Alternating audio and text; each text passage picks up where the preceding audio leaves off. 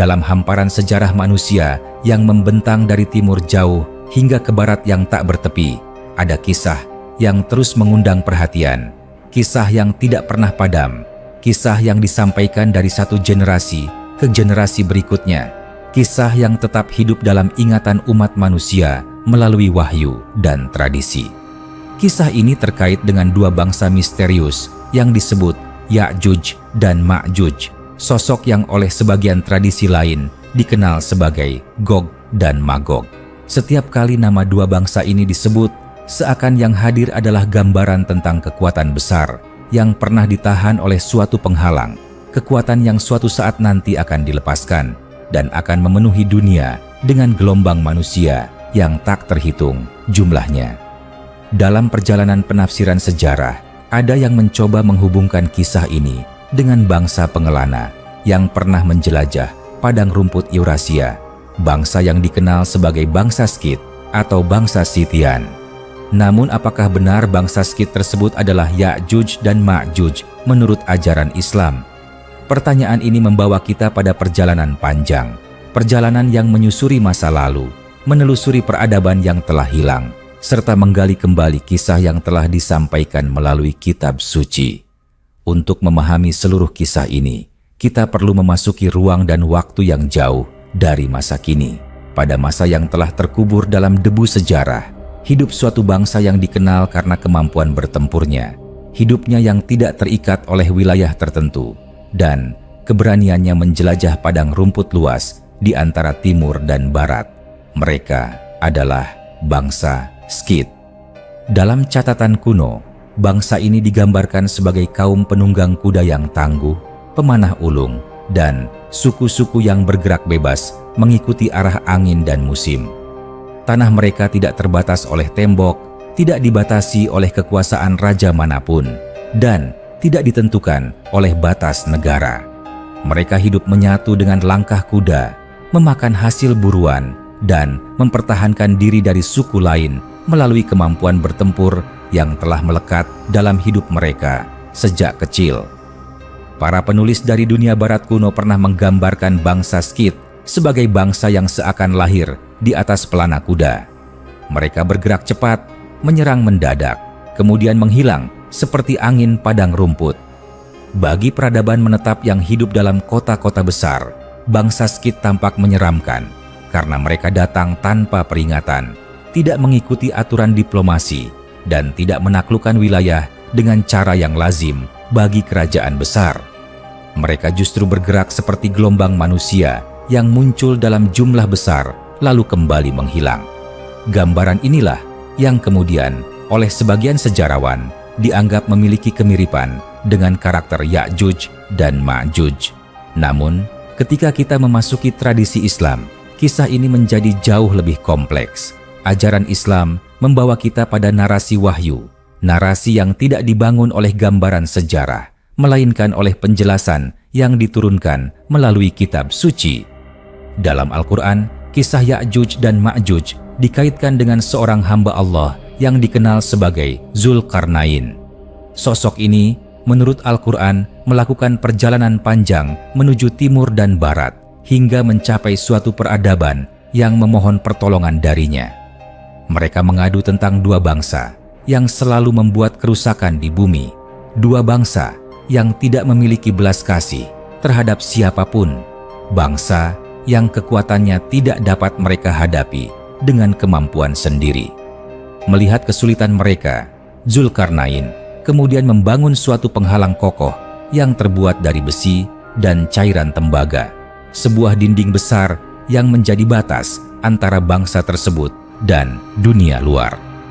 Dalam tradisi Islam, Ya'juj dan Ma'juj digambarkan sebagai bangsa manusia, bukan makhluk gaib, bukan makhluk dari dunia lain, tetapi kelompok manusia yang jumlahnya sangat besar. Mereka hidup terpisah dari umat manusia lain karena dinding yang dibangun Zulkarnain. Dinding ini bukan sekadar penghalang fisik, tetapi bagian dari ketentuan ilahi yang membatasi gerak mereka hingga datang waktu tertentu. Ketika masa itu tiba, dinding tersebut akan melemah, kemudian hancur, dan Ya'juj dan Ma'juj pun akan meluap ke dunia seperti lautan manusia yang tak tertahan oleh kekuatan apapun. Gambaran Al-Quran ini telah memunculkan imajinasi panjang sepanjang sejarah umat Islam. Para ulama dari berbagai masa berusaha memahami sifat-sifat mereka tanpa menjatuhkan penetapan identitas secara pasti, karena kitab suci sendiri tidak menyebut nama etnis atau tempat pasti lokasi penghalang tersebut. Ada ulama yang memahami kisah ini secara lahiriah, ada pula yang memaknainya secara simbolik. Namun kesimpulan bahwa identitas mereka hanya diketahui oleh Allah menjadi kesepakatan yang diterima oleh mayoritas cendekiawan. Meski demikian, sepanjang perjalanan sejarah manusia, selalu ada ketertarikan untuk mencoba menghubungkan kisah Ya'juj dan Ma'juj dengan bangsa-bangsa tertentu.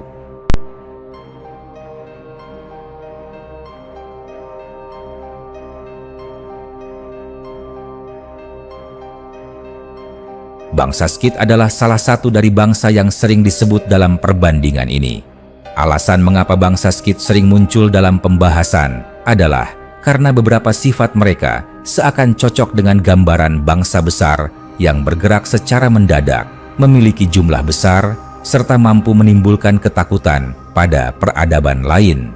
Mereka berasal dari arah timur, mereka bergerak dalam kelompok besar, dan mereka seringkali dianggap sebagai ancaman pada zamannya.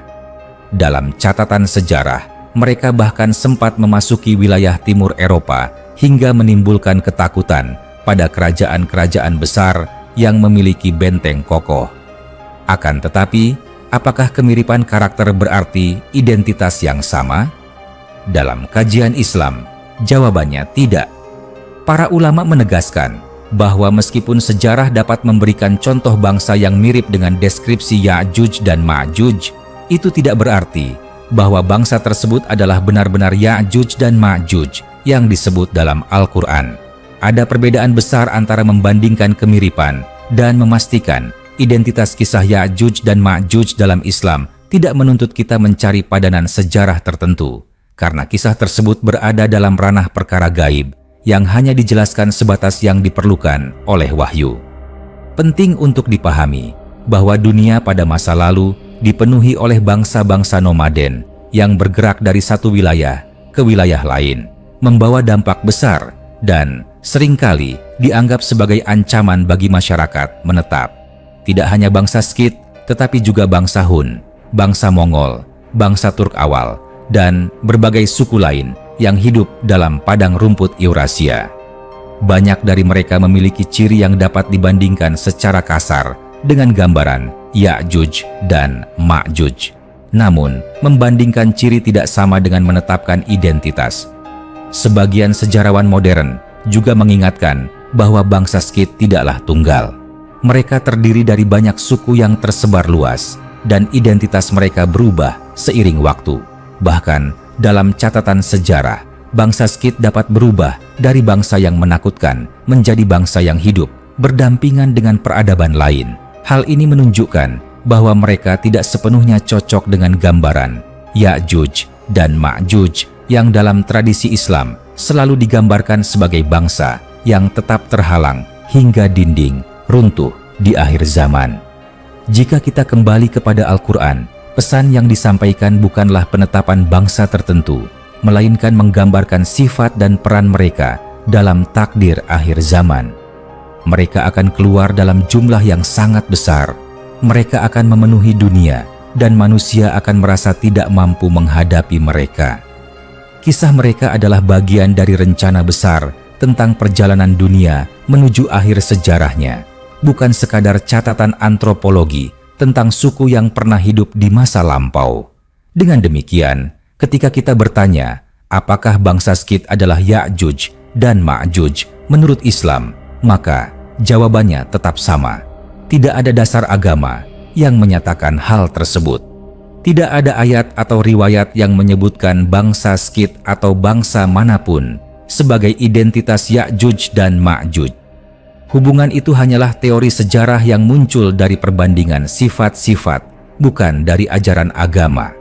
Namun demikian, membahas perbandingan ini tetap memberikan gambaran menarik tentang bagaimana manusia berusaha memahami misteri masa lalu, bagaimana mereka mencoba menghubungkan peradaban yang pernah berjaya dengan kisah-kisah wahyu yang terus hidup sepanjang zaman. Ini menunjukkan bahwa rasa ingin tahu manusia tidak pernah padam, bahwa mereka selalu berupaya memahami apa yang tidak mereka lihat dan mencoba menghubungkannya dengan apa yang mereka ketahui. Maka, untuk melanjutkan alur ini, kita memulai dengan menggambarkan dunia yang dihuni oleh bangsa-bangsa nomaden pada masa lampau dunia yang pada masa itu tidak mengenal batas negara seperti sekarang. Dunia yang dipenuhi oleh padang rumput luas, sungai-sungai panjang yang melintas ribuan kilometer, lembah-lembah tersembunyi, pegunungan tinggi yang membentang bak benteng alam, serta gurun yang bergulung bak lautan kering. Ruang inilah yang dihuni oleh bangsa yang hidup dengan ritme alam. Setiap musim menentukan arah perjalanan mereka. Setiap hari menentukan apakah mereka akan menemukan makanan atau justru menghadapi bencana. Dalam jagat seperti inilah muncul bangsa-bangsa besar yang sejarahnya tidak tercatat dalam prasasti, tetapi tercatat dalam ingatan para penjelajah dan musuh-musuh mereka yang pernah merasakan kehadiran mereka. Di antara bangsa-bangsa itu, bangsa Skit hanyalah salah satu dari banyak kelompok besar yang menghuni padang rumput Eurasia. Suku-suku Turk awal, suku bangsa yang mungkin menjadi nenek moyang kaum Hun, kaum yang menghancurkan Romawi Barat, serta suku-suku yang kelak melahirkan bangsa Mongol yang terkenal sangat kuat. Masing-masing dari mereka memiliki kemiripan satu sama lain karena mereka dibentuk oleh lingkungan yang sama.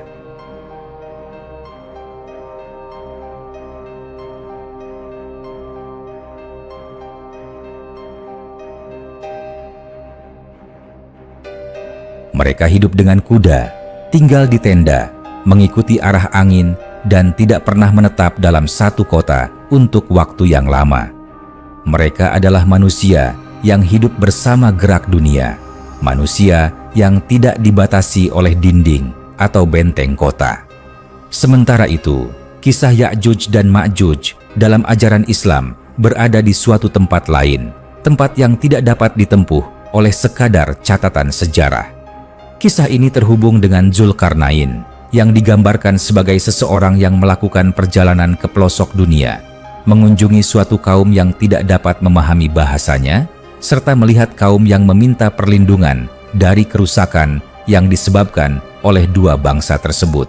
Ia membangun dinding besi yang sangat kuat dengan bahan logam yang tidak mudah hancur, dan dinding itu menjelma menjadi penghalang antara dunia manusia luas dengan dunia bangsa tersebut.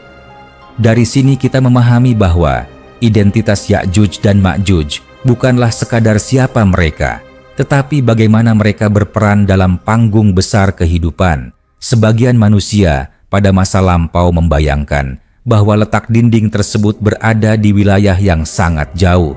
Ada yang mengira berada di antara dua gunung di Kaukasus. Ada pula yang membayangkan berada di Asia Tengah.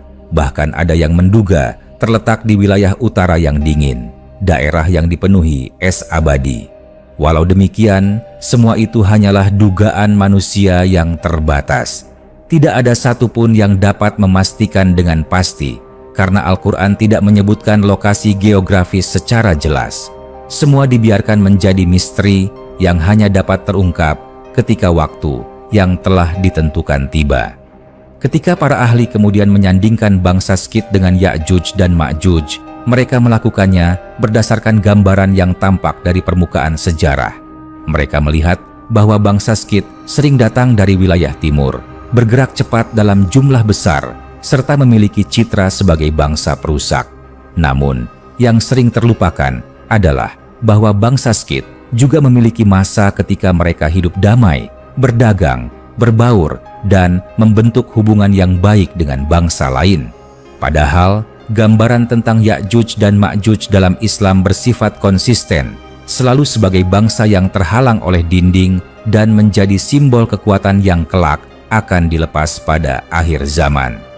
Selain itu, tradisi Islam menekankan bahwa Ya'juj dan Ma'juj akan muncul dalam jumlah sangat besar.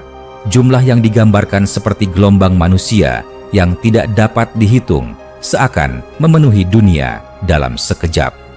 Gambaran seperti ini melampaui deskripsi bangsa manapun dalam sejarah manusia.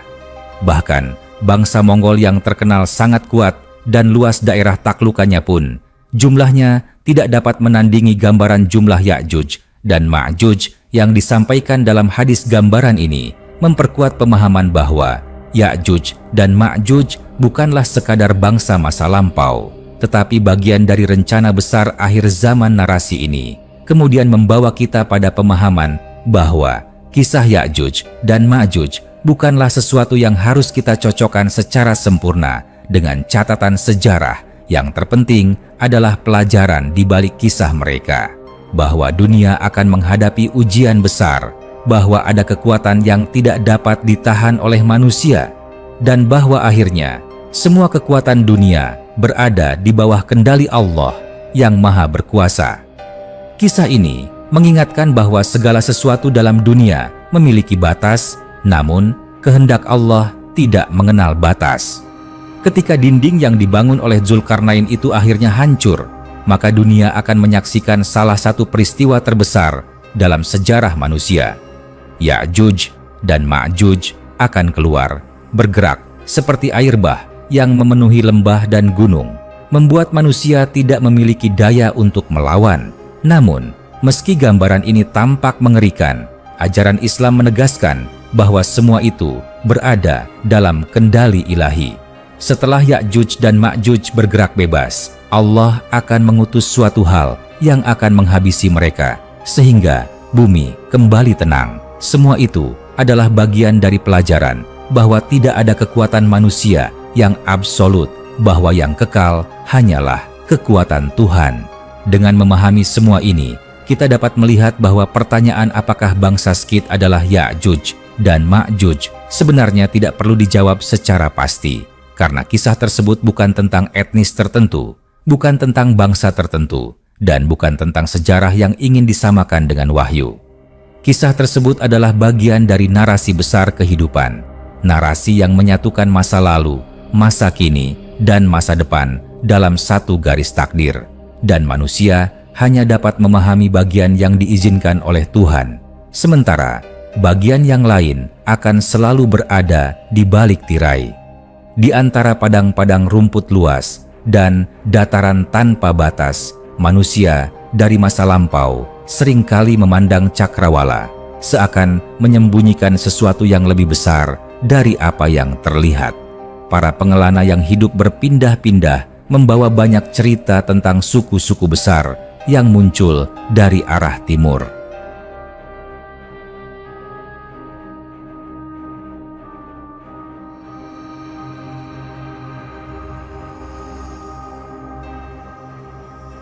Mereka menyebutkan kelompok yang datang dalam jumlah yang sangat besar, terkadang tanpa bisa diperkirakan, dan sering membawa kehancuran pada pemukiman yang tidak siap. Dalam imajinasi orang-orang pada masa kuno, bangsa-bangsa ini menjadi gambaran tentang bahaya yang datang dari dunia yang tidak mereka ketahui. Disinilah muncul berbagai penafsiran, sebagian didasarkan pada rasa takut, sebagian pada ketidaktahuan, dan sebagian pada upaya manusia memahami ancaman yang tampak tidak berujung. Sementara itu, dalam tradisi Islam, kisah Ya'juj dan Ma'juj bukan didasarkan pada kesaksian para pengembara, tetapi berasal dari wahyu yang disampaikan kepada Nabi. Ketika Al-Quran mengisahkan bagaimana Zulkarnain mendengar aduan suatu kaum tentang dua bangsa perusak tersebut, ia digambarkan sebagai seseorang yang diberi kekuatan oleh Tuhan untuk membangun struktur besar yang mencegah bangsa tersebut. Keluar dinding itu seakan menjadi simbol bahwa ada bagian dari dunia yang sengaja dipisahkan oleh Tuhan dari interaksi manusia lainnya. Kisah ini menempatkan Ya'juj dan Ma'juj pada ruang misteri, ruang yang tidak dapat dijangkau sepenuhnya oleh pengetahuan sejarah. Ketika para ahli berusaha menghubungkan kisah ini dengan bangsa Skit, mereka pada dasarnya sedang mencoba membangun jembatan antara dunia nyata dan dunia wahyu. Mereka melihat bangsa Skit sebagai contoh bangsa besar yang pernah menghantui wilayah Eropa dan Asia. Dalam sejarah, bangsa Skit disebut sebagai kelompok yang mampu bergerak cepat di atas kuda, menyerang dengan panah yang mematikan, dan menghilang dengan kecepatan yang sama. Mereka tidak hidup di kota, tidak membangun tembok, dan tidak menetap pada satu wilayah saja. Mereka adalah bangsa yang diciptakan oleh lingkungan yang keras, lingkungan yang mengajarkan mereka untuk bersiap menghadapi perubahan yang tiba-tiba. Namun, meski gambaran bangsa Skit menarik, narasi Islam tidak mengarah pada kesimpulan bahwa mereka adalah Ya'juj dan Ma'juj. Dalam tradisi Islam, Ya'juj dan Ma'juj tidak hidup bebas bergerak ke segala arah sebagaimana bangsa Skit. Mereka dibatasi oleh dinding yang hanya akan runtuh ketika waktu akhir mendekati. Sifat mereka juga digambarkan jauh lebih besar daripada bangsa manapun dalam sejarah. Tidak ada catatan sejarah yang pernah menggambarkan suatu bangsa muncul dalam jumlah yang begitu besar hingga memenuhi seluruh permukaan bumi dalam waktu singkat.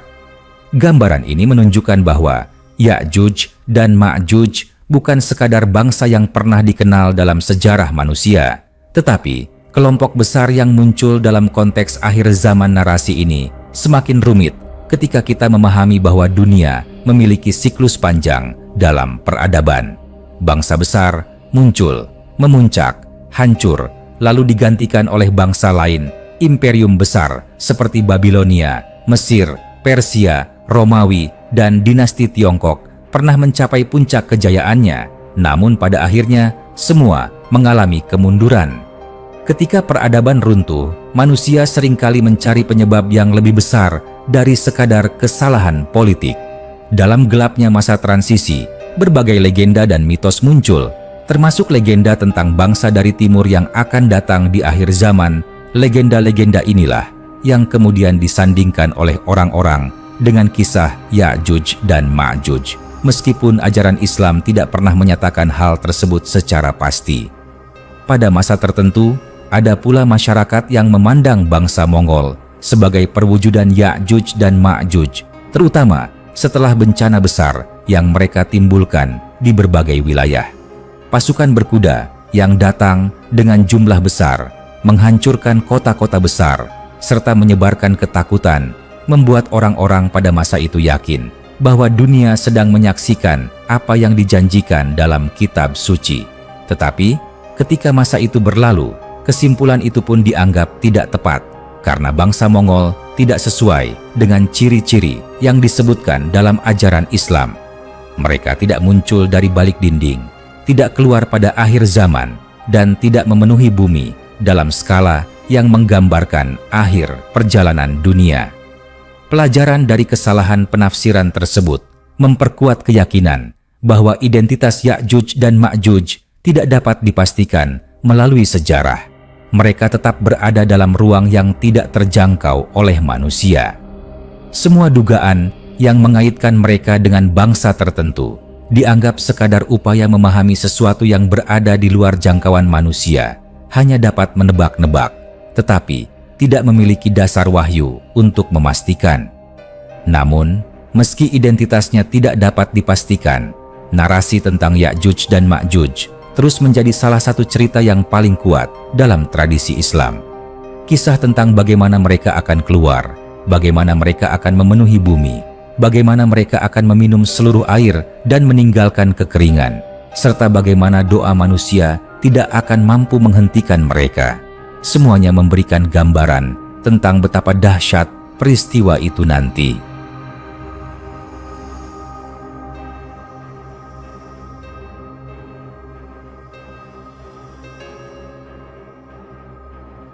Kisah tersebut bukan hanya menggambarkan kekuatan yang tidak dapat ditandingi manusia, tetapi juga mengingatkan bahwa dunia ini memiliki awal dan akhir, bahwa manusia tidak dapat menghindari takdir, dan bahwa semua kekuasaan pada akhirnya berada dalam kendali Tuhan.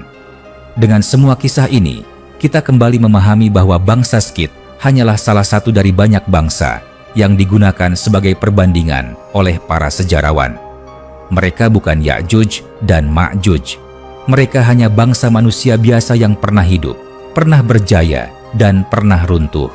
Sedangkan Ya'juj dan Ma'juj menurut ajaran Islam adalah bagian dari ketetapan akhir zaman yang belum terungkap. Mereka bukan peradaban yang hilang dalam sejarah, tetapi bangsa yang belum muncul ke permukaan dunia karena masih terhalang oleh dinding yang dibangun berabad-abad lalu.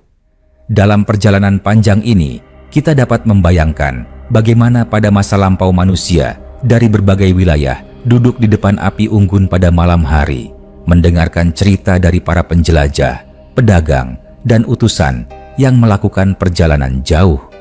Mereka mendengar kabar tentang kelompok besar yang hidup di balik pegunungan, kelompok yang tidak dikenal bahasa maupun budayanya, kelompok yang bergerak tanpa terikat oleh pemukiman apapun. Suara-suara ini, meskipun mungkin dibumbui oleh ketakutan atau imajinasi, tetap saja membentuk gambaran kolektif manusia tentang ancaman yang tidak terlihat. Setiap cerita yang disampaikan menjadi bagian dari memori bersama, hingga suatu saat kisah itu berkembang menjadi legenda yang berusia lebih panjang daripada para penyampainya. Namun, narasi wahyu dalam Islam menempatkan kisah Ya'juj dan Ma'juj pada ruang yang berbeda. Ia tidak terbangun dari rasa takut manusia, tetapi dari firman yang menegaskan bahwa ada bangsa besar yang keberadaannya merupakan bagian dari ketentuan ilahi. Ketika Zulkarnain membangun dinding besi dan tembaga yang sangat kokoh, ia melakukannya bukan sekadar untuk memenuhi permintaan suatu kaum, tetapi sebagai bagian dari rancangan Tuhan mengenai perjalanan dunia. Dinding itu bukan sekadar alat pertahanan, tetapi pemisah antara dunia manusia pada saat itu dengan kekuatan yang hanya akan dilepaskan pada masa yang telah disiapkan. Dalam kisah ini, manusia menjadi saksi atas keputusan Tuhan, bukan sekadar pencatat sejarah. Ketika ahli sejarah berusaha menghubungkan bangsa Skit dengan Ya'juj dan Ma'juj, mereka mencoba memasukkan kisah wahyu ke dalam kerangka sejarah dunia. Mereka membayangkan sebuah garis waktu yang dapat mempertemukan dua narasi besar ini.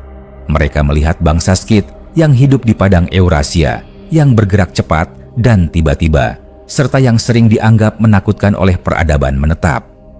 Bagi para pemikir yang mencoba menghubungkan keduanya, bangsa Skit seakan menjadi bayangan masa lalu dari gambaran yang disampaikan oleh wahyu.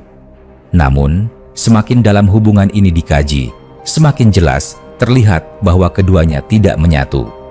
Bangsa Skit adalah bagian dari sejarah manusia, sementara Ya'juj dan Ma'juj adalah bagian dari takdir akhir zaman. Bangsa Skit datang dan pergi, mengalami kejayaan dan kehancuran seperti bangsa lainnya. Mereka tidak terhalang oleh dinding besi. Mereka tidak muncul dalam jumlah yang memenuhi bumi secara mendadak, dan mereka tidak menunggu waktu yang ditentukan oleh Tuhan untuk keluar. Sebanyak apapun bangsa Skit memiliki kesamaan dengan gambaran yang dimiliki manusia tentang bangsa perusa, mereka tetap berada pada ranah sejarah, bukan ranah gaib. Di sisi lain, Ya'juj dan Ma'juj dalam ajaran Islam digambarkan sebagai sesuatu yang tidak dialami dunia pada masa lampau. Mereka adalah bangsa yang tidak dapat menembus dinding penghalang, bangsa yang kelak akan keluar hanya ketika dinding itu runtuh, serta bangsa yang jumlahnya tidak dapat ditandingi oleh kelompok manusia manapun. Hadis menggambarkan jumlah mereka dengan sangat besar, sampai digambarkan bahwa setiap kelompok dari mereka akan meninggalkan jejak kehancuran yang tidak dapat diatasi manusia. Gambaran ini tidak pernah muncul dalam sejarah tentang bangsa Skit, bangsa Hun, bangsa Mongol, ataupun bangsa nomaden lain manapun. Semua bangsa itu, meskipun kuat, tetap dapat dihentikan oleh peradaban pada akhirnya. Namun, Ya'juj dan Ma'juj digambarkan jako sesuatu yang tidak dapat dihentikan oleh kekuatan apapun, kecuali oleh intervensi Tuhan langsung. Jika kita memperluas narasi ini, kita akan memahami bahwa kisah Ya'juj dan Ma'juj bukan hanya tentang ketakutan akan akhir zaman, tetapi juga tentang bagaimana manusia merespons misteri yang tidak dapat mereka pahami. Sebagian manusia mencoba menafsirkannya secara harfiah, sebagian lagi mencoba menafsirkannya secara simbolis. Namun, pada kedua sisi itu tetap ada kesadaran bahwa kisah ini membawa pesan yang lebih besar. Pesan bahwa segala hal memiliki masa yang telah ditentukan, bahwa dunia tidak bergerak tanpa arah, dan bahwa ada batas pada setiap kekuatan yang diciptakan.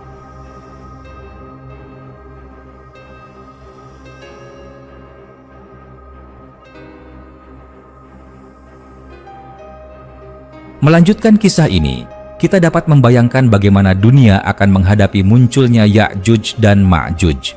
Narasi Wahyu menggambarkan bagaimana mereka akan menyebar seperti gelombang yang melanda daratan, memasuki lembah-lembah, menaklukkan wilayah tanpa pertempuran, karena manusia tidak mampu menghalangi mereka. Kehadiran mereka bukan hanya ujian bagi manusia, tetapi juga penanda bahwa dunia sedang memasuki masa-masa terakhirnya. Setelah itu, intervensi Tuhan akan datang dalam bentuk yang tidak dapat dihalangi oleh siapapun. Dunia yang selama ribuan tahun dihuni manusia akan menjadi saksi akhir perjalanan bangsa ini, dan kemudian saksi dari kehadiran keputusan Tuhan yang final.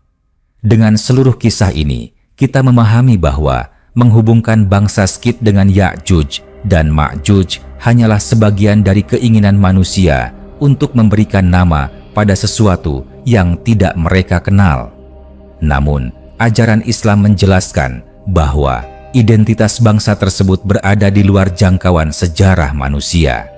Kisah mereka adalah misteri besar yang tidak dapat diselesaikan oleh teori sejarah, sejarawan, atau pencarian geografis. Ia hanya akan terjawab ketika waktu yang telah ditetapkan oleh Tuhan tiba. Ketika bayang-bayang dunia masa lalu kian menjauh, manusia memasuki masa baru yang membawa perubahan besar, baik dalam cara berpikir maupun dalam cara memahami dunia. Namun, meskipun dunia terus berubah, ketertarikan manusia terhadap kisah besar ini tidak pernah hilang. Di berbagai belahan bumi, kisah Ya'juj dan Ma'juj diceritakan ulang dari generasi ke generasi mereka, bukan sekadar tokoh dalam legenda, tetapi simbol tentang sesuatu yang jauh lebih besar. Dalam setiap narasi yang menceritakan keluarnya Ya'juj dan Ma'juj, selalu terdapat gambaran tentang skala yang luar biasa, skala yang tidak pernah tercatat dalam sejarah dunia. Gambaran ini membuat manusia sadar bahwa dunia yang mereka huni hanya sebagian kecil dari rencana besar yang sedang berlangsung.